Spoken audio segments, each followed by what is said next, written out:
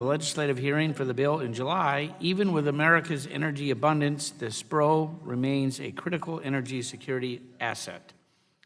Continues to serve as an important tool for protecting our long-term economic interests and to meet our obligations to our energy allies around the globe. And because Congress has mandated DOE to draw down and sell approximately 300 million barrels of crude oil over the next decade, you'll recall 21st Century Cures was one of the reasons, we must confront what to do with the spare capacity that will become available. The bill provides a sensible, innovative solution. It authorizes DOE to conduct a pilot program to make necessary upgrades and lease up to 200 million barrels of the underutilized capacity that will become available with the drawdowns. The bill amends Section 168 of the Energy Policy and Conservation Act to allow the Secretary to lease underutilized capacity to the private sector as well as foreign governments. It ensures that costs for upgrades will be covered in lease revenue, and it includes protections to ensure that any lease to a foreign country will not impair national security and that any lease will not impair the strategic reserve operations. So using excess storage capacity through a leasing program is certainly an innovative idea. It should be a win-win for the federal government. At a minimum, DOE may be able to offset some of its maintenance costs and invest in new infrastructure that will ensure the long-term operations of the SPRO. Let me acknowledge and thank especially Committee Vice Chair Barton, Subcommittee Ranking Member Rush for partnering on the bill. Their effort here represents an important step to modernizing DOE's, I knew that would get you here, DOE's long-term energy security mission. It's an important bipartisan measure, and I would urge all of my colleagues to support it, and will recognize the ranking member of the subcommittee, Mr. Rush, for an opening statement. Ms. Bush, Mr. It's that tie of yours. Mr. Chairman, that's Bush. I want to thank you, Mr. Chairman, for this hearing today, markup rather, examining legislation to authorize a pilot project to commercialize the Strategic Petroleum Reserve, or SPRO. And Mr. Chairman, I don't know, I can't say enough about my friend Joe Martin, my colleague, and I want to certainly thank him and his staff for working with my office on this important piece of bipartisan legislation. Mr. Chairman, I just want to also say that Joe Martin and I come from different sides of the country, so to speak, but we have over the years developed a wonderful working relationship and a friendship, and it just really gives me quite pleasure just to be able to work with him on this legislation, this bipartisan piece of legislation, and it made me a precursor for other kind of bipartisan initiatives that we may be able to work together on in the future.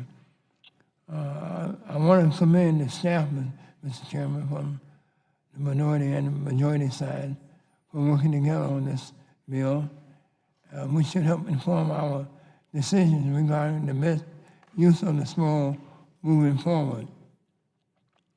The energy portfolio of the nation has undergone a dramatic change since the SPRO was first established to counter the oil shortages of the 70s.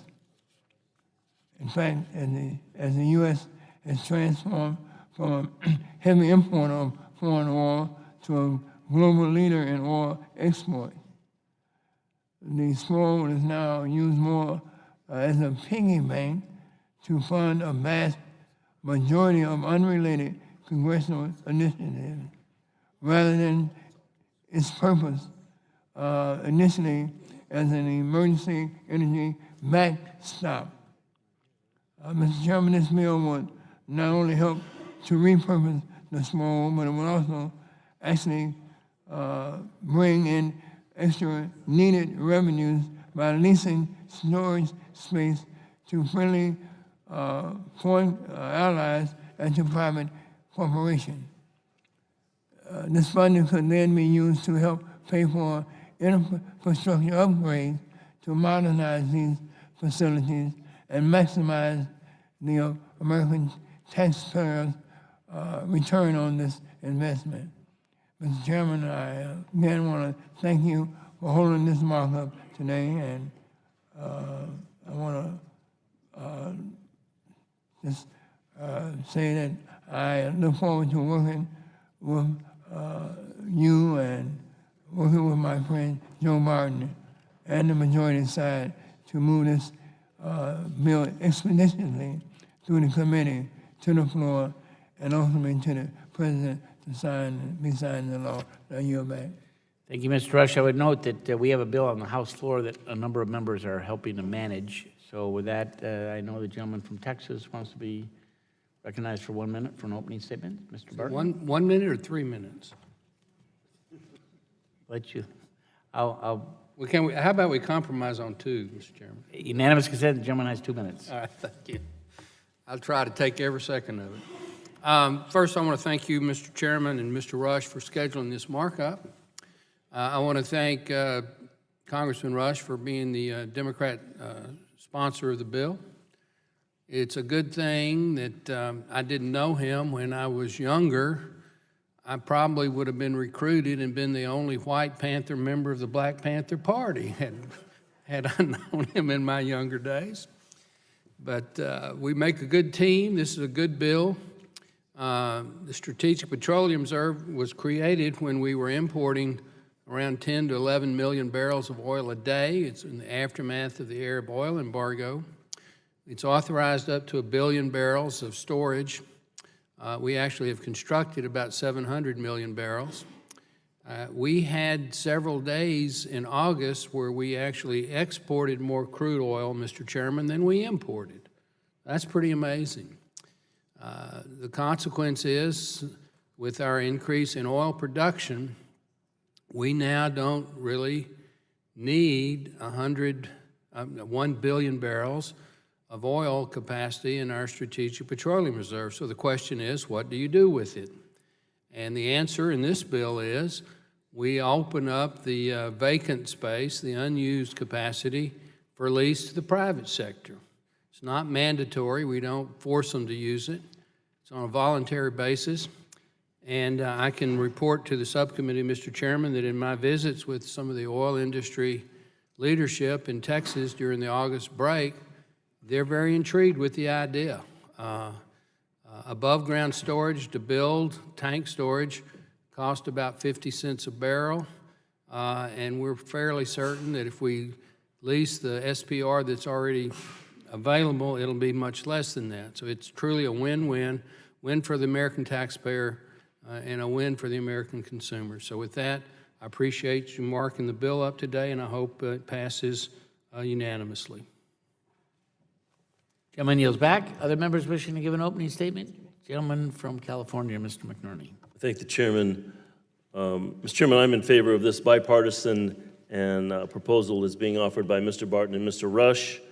The SPR should be modernized given all the changes that are taking place that impact it. I'm especially in favor of proposals for allies to use this as an option to meet their international obligations. Repeated drawdowns, however, will have an effect on the salt caverns, and we must be mindful of the degradation that may occur. This is a sound legislative proposal addressing these issues. We should also be discussing whether regional product reserves such as gasoline should be a part of the conversation. Whether it's in the Northeast, the Midwest, or the West Coast, there are natural disasters or other occasions where these reserves could support resiliency efforts. I recognize that this has a cost, and we should work on a bipartisan basis to accomplish this, and I welcome any bipartisan cooperation that may be available. With that, I'll yield back. Gentleman yields back his time. The other members wishing to offer an opening statement? Seeing none, the chair would call up H.R. 6511 and ask the clerk to report. H.R. 6511, to authorize the Secretary of Energy to carry out a program to lease underutilized strategic petroleum reserve facilities and for other purposes. Without objection, the first reading of the bill is dispensed with, and the bill will be open for amendment at any point, so ordered. Are there any bipartisan amendments to the bill? Seeing none, are there any other amendments? It's good news. The question now occurs on forwarding the bill, H.R. 6511, to the full committee. All those in favor will say aye. Aye. Those opposed say no. Opinion of the chair, the ayes have it, and the bill is agreed to. And without objection, staff is authorized to make technical and conforming changes to the legislation approved by the subcommittee, so ordered, and without objection, the subcommittee stands adjourned. The only thing I'm going to show you is I climbed the sleeping bear. Oh, you did? You got to make sure you don't slip down there, right? Oh my God.